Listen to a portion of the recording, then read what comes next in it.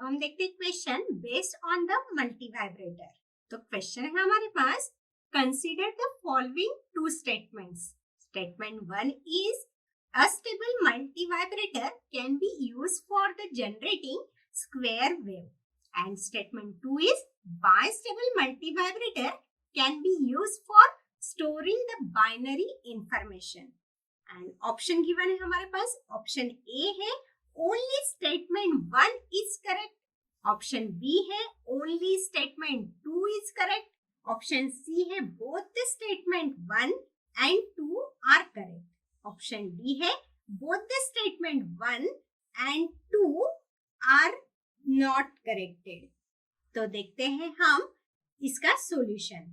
तो यहाँ पे जो मल्टी वाइब्रेटर पे जो क्वेश्चन है वो क्वेश्चन दिया है, उसमें दो स्टेटमेंट दिए गए हैं, एक अस्टेबल मल्टी वाइब्रेटर के लिए और एक बाइस्टेबल मल्टी वाइब्रेटर के लिए।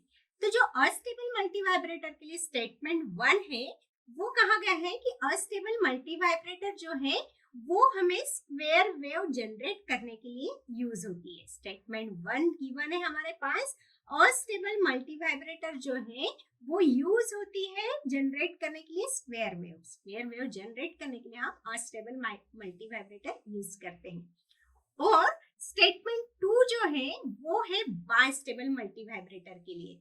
वो है बाइस्टेबल मल्टी वाइब्रेटर, हमें यूज होता है बाइनरी इंफॉर्मेशन को स्टोर करने के लिए। और ऑप्शन दिए गए कि दोनों स्टेटमेंट सही है, दोनों स्टेटमेंट गलत है, उसमें से एक स्टेटमेंट सही है, एक गलत है। तो देखते हैं हम सॉल्यूशन क्या होगा।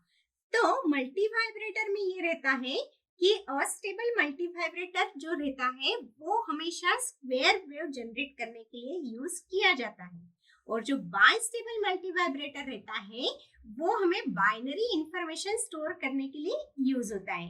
मतलब ऑप्शन सी जो है वो हमारा सही ऑप्शन है।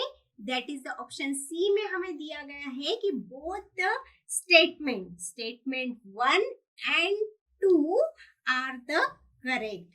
दोनों स्टेटमेंट यहाँ पे हमारे सही है। दैट इज द अस्टेबल जो मल्टी वाइब्रेटर है वो स्क्वायर वेव जनरेट करने के लिए यूज होता है, और बाइस्टेबल मल्टी वाइब्रेटर जो है वो बाइनरी इंफॉर्मेशन के स्टोर करने के लिए यूज होता है। तो option C is the correct option.